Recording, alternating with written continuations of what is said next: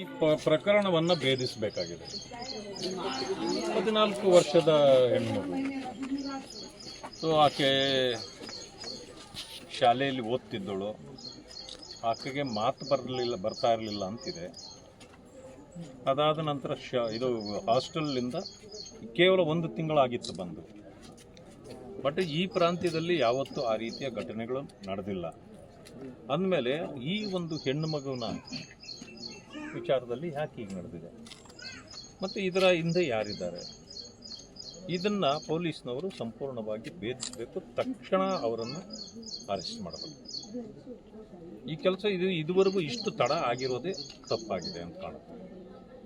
ಆಮೇಲೆ ರಿಪೋರ್ಟು ಅದು ಇದು ಹೇಳ್ತಾರೆ, ರಿಪೋರ್ಟ್ ಇನ್ನೂ ಬಂದಿಲ್ಲ ಅಂತ. ಇಷ್ಟು ತಡ ಆಗಬೇಕಾಗಿಲ್ಲ ರಿಪೋರ್ಟ್ ಬರಲಿಕ್ಕೆ.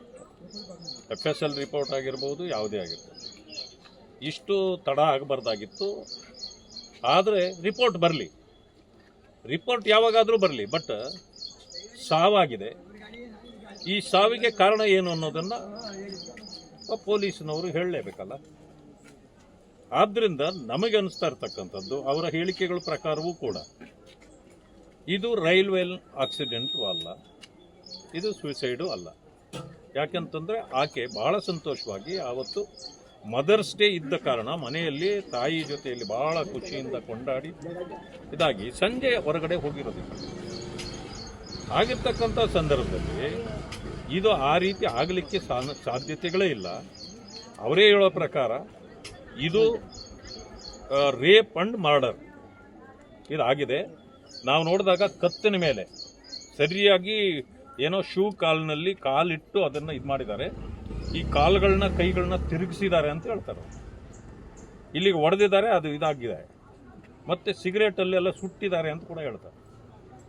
ವಿಷಯ ಏನಂತಂದರೆ ಆಕೆ ಮಾತು ಬರೋದಿಲ್ಲ ಮೂಕಿ ಅನ್ನೋ ಕಾರಣದಿಂದ ಕಿರ್ಚಾಟ ಗೊತ್ತಾಗದೇ ಇರ್ಬೋದು, ಅಥವಾ ಆಕೆನ ಆ ರೀತಿ ಮಾಡಿರ್ಬೋದು. ಬಟ್ ಇದರಿಂದ ಯಾರು ಇದ್ದಾರೆ ಅನ್ನೋದು ಈಗ ಸ್ಪಷ್ಟವಾಗಿ ಬೇಕಾಗಿರೋದು. ಇಂಥ ಈ ಕುಟುಂಬಕ್ಕೆ ನ್ಯಾಯ ಸಿಗಬೇಕು. ನೋಡಿ, ಅದು ಬಡ ಕುಟುಂಬ, ಜೊತೆಗೆ ಒಂದು ತಾಯಿ ತಂದೆ ಇಲ್ಲ. ಆ ಮಕ್ಕಳಲ್ಲಿ ಇಬ್ಬರಿಗೆ ಮಾತ್ರ ಮಾತು ಬರುತ್ತೆ, ಇನ್ನು ಉಳಿದವ್ರಿಗೆ ಬರೋದಿಲ್ಲ, ಇನ್ನು 3 ಜನರಿಗೆ ಬರೋದಿಲ್ಲ. ಇಂಥ ಕುಟುಂಬವನ್ನು ಈ ರೀತಿ ಮಾಡ್ತಕ್ಕಂಥದ್ದು ಇದು ಸರಿಯಲ್ಲ.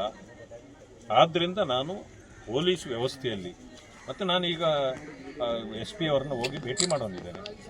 ಅವರಲ್ಲೂ ನಾನು ಮನವಿ ಮಾಡ್ತೇನೆ, ಮೊದಲು ಇದಕ್ಕೆ ನ್ಯಾಯ ಸಿಗಬೇಕು.